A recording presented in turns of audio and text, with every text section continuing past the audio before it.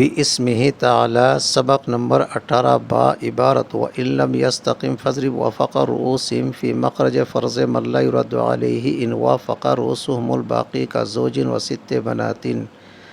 مطلب، اور اگر من لا یرد علیہ کو اس کے اقل مخرج سے حصہ دینے کے بعد بقیہ مخرج ہو ما یرد علیہ کے عدد رؤوس پر برابر تقسیم نہ ہو، بلکہ بقیہ مخرج اور ان کے عدد رؤوس کے درمیان توافق کی نسبت ہو، تو عدد رؤوس کے وفاق کو اصل مسئلہ میں ضرب دینے سے حاصل ضرب مسئلہ رد کی تصحیح ہوگی۔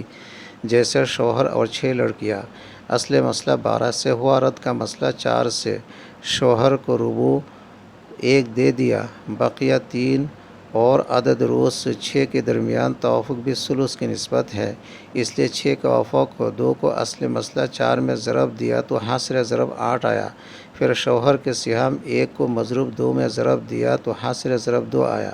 پھر بقیہ 3 جو کہ 6 لڑکیوں کے سہام ہے کو مضروب 2 میں ضرب دیا تو حاصل ضرب 6 آیا۔